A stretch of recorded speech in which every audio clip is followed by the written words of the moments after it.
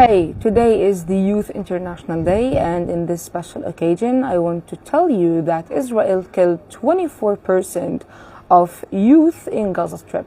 That means it's not only a genocide, but it's also making sure that there is no one, no generation, no workforce, no intellectual capital like youth to rebuild the society or to rebuild the country after the non-stop tragedies, non-stop bombing and destroying.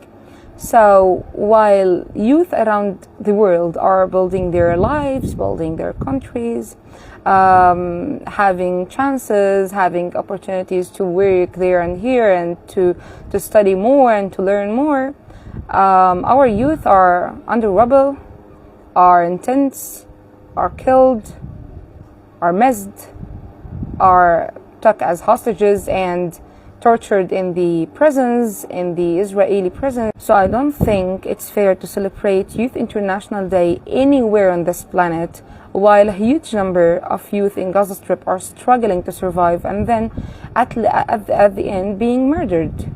I'm a young woman from Gaza Strip, and this day doesn't give me justice and doesn't represent me actually, because 24% of youth in Gaza Strip have been killed. This is Bisan, and these are some updates about yesterday's massacre, the worshippers massacre.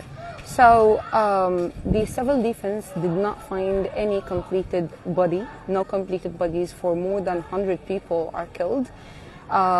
Even burnt bodies they did not find. So they had to do this. They gathered human pieces in bags, in plastic bags, and since the average weight for a normal human is 70 kilograms, let us say, they gathered every 70 kilograms in one plastic bag and handle the bag to the relatives or to the family who are still alive.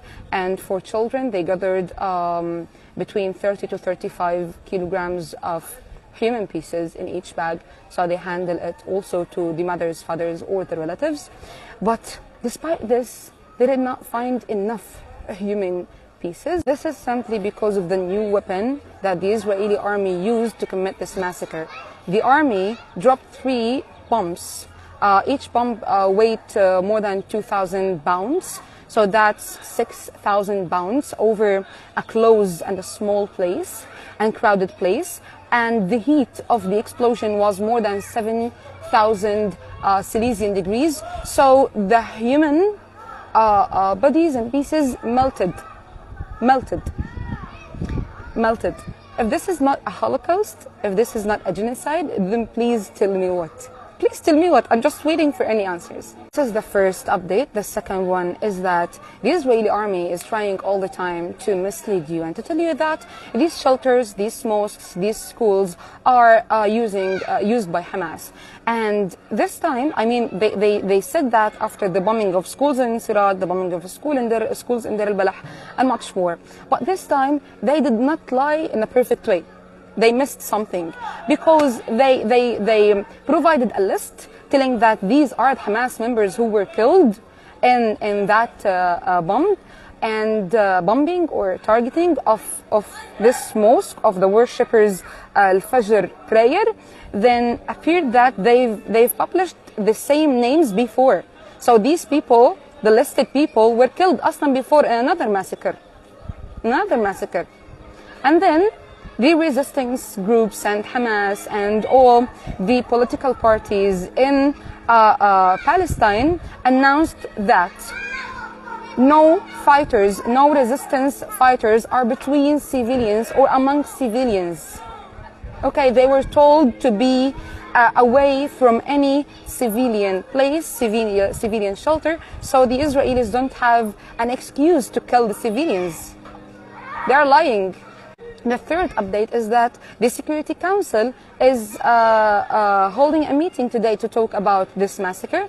But we know, I know, and you know that they will not do anything, because these massacres are ongoing for 10 months. I mean, started with Al-Ma'madani massacre, killing more than 500 people, to Khan Yunis al-Mawasi massacre, to Sirat massacre, and other massacres. So they will not do anything.